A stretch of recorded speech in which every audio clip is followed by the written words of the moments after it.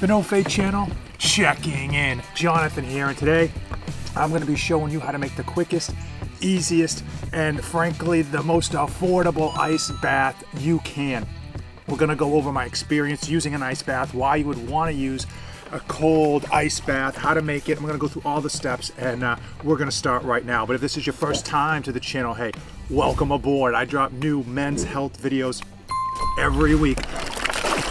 There are a number of benefits associated with ice bath therapy. It can help ease sore muscles, it can help reduce inflammation, and it can quickly lower your body's core temperature if you are overheating or otherwise hot. There have been 2 small studies to show that it can help support your body's immune system and it can help improve your mood. I want to know from you.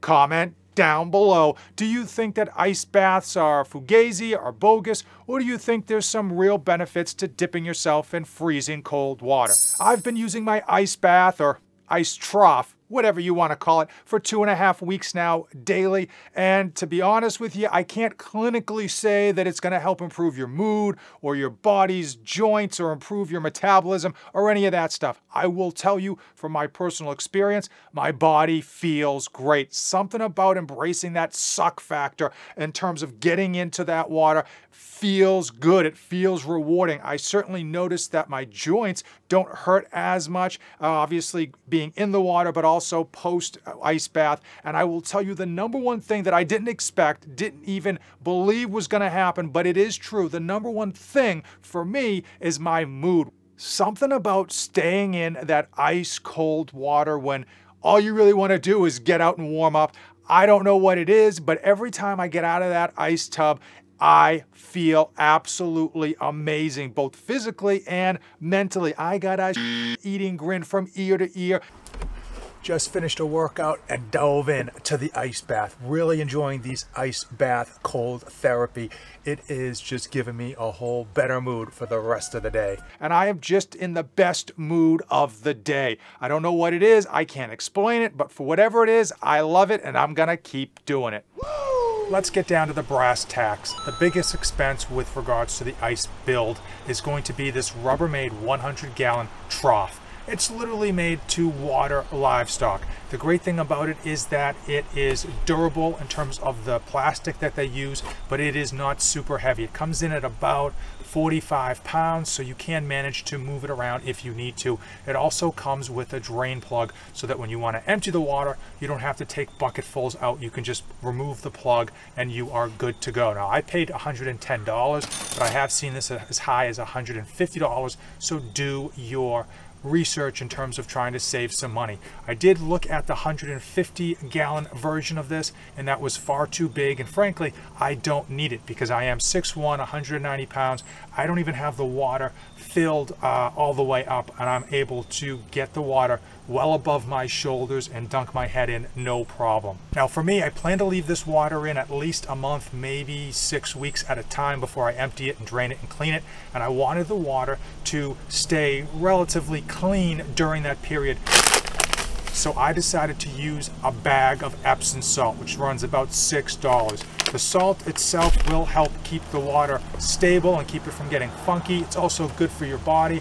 And in the wintertime, it's going to lower the freezing point of this water to 28 degrees versus 32 degrees Fahrenheit. Now, to get the water cold, you've got a few options on hand. I think the most convenient one would be to buy 2 cases of bottled water, freeze them in your freezer, and then dump them in. Now, the benefit of this is that you can simply pull these bottles out when you're done, reuse them, refreeze them, and drop them back in, and you are good to go.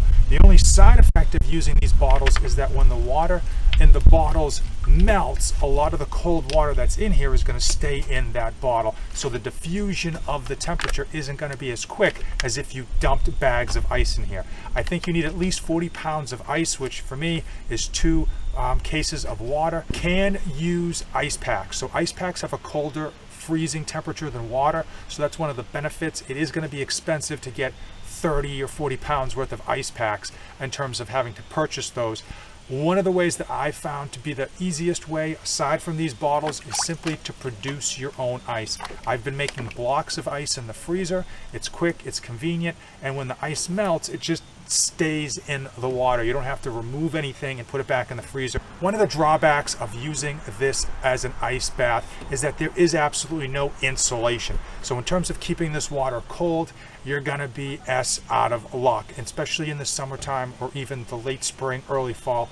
Your bath isn't gonna stay cold. You're gonna need to replenish that ice almost daily. I will say the benefit is during the winter time, yeah, this is going to be pretty cold, and for most of the winter you're going to be okay to use it, because if you use the salt, the temperature has to get below 28 degrees Fahrenheit consistently to freeze this thing up. There are going to be times, at least here in New England, where I am going to have to drain this, because I think January and February are going to be no-fly zones for this ice bath. It's just going to freeze and become an ice block. If you wanted to avoid continuously having to put ice in here every day or every other day, you could use a chiller pump. A lot of people have used that.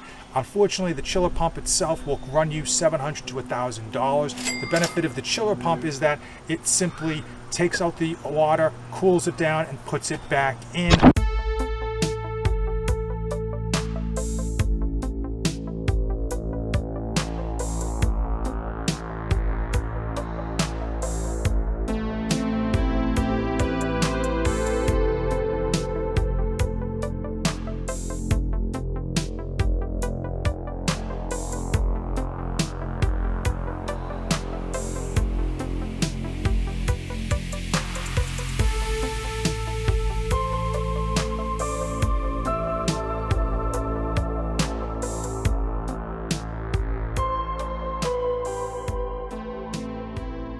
This wouldn't be an informative video if I didn't go through all the other options for those of you looking to do ice baths at home. And I want to go through the costs and frankly talk about the reasons I didn't pick those over the design that I showed you today. We're going to start with the most expensive and work our way down. At $5,000, there is a cold plunge tub. Yep, you can buy a tub for $5K. The benefits of that is that, hey, it is a massive tub that you can get your whole body into. Unfortunately, you do have to pay for the electricity costs to keep that tub cold, and of course the $5K of the initial price point. Coming in at $1,200 plus shipping, the ice barrel bath. This is exactly what it sounds like. It is a plastic barrel. Now, it does come with a step stool and it does come with a stand for that barrel. I have seen reports that there is some minimal insulation on this barrel, but nothing significant. The benefits are that it has a top to it, so you can make sure that the water itself doesn't get dirty. It also has a plug at the bottom for drainage. I've seen reports people buying these straight out the box and they leak from day one. I think this is a good option if you've got a ton of money to spend, but you might be overpaying for a barrel. Another alternative for ice bath is to simply buy a freezer, literally a storage freezer that you would use for food. Put that in your garage or your basement and you can fill it up with water and ice, and it is very well insulated, and the mechanisms inside that freezer will keep the water cold forever. Unfortunately, the expense is going to be $750 to $1,000 depending on the size of the freezer that you get. Also, the freezer is heavy, hard to move, and if you do have it inside your home or inside your garage, every time you get in or out of that said freezer, you're going to have some water spillage.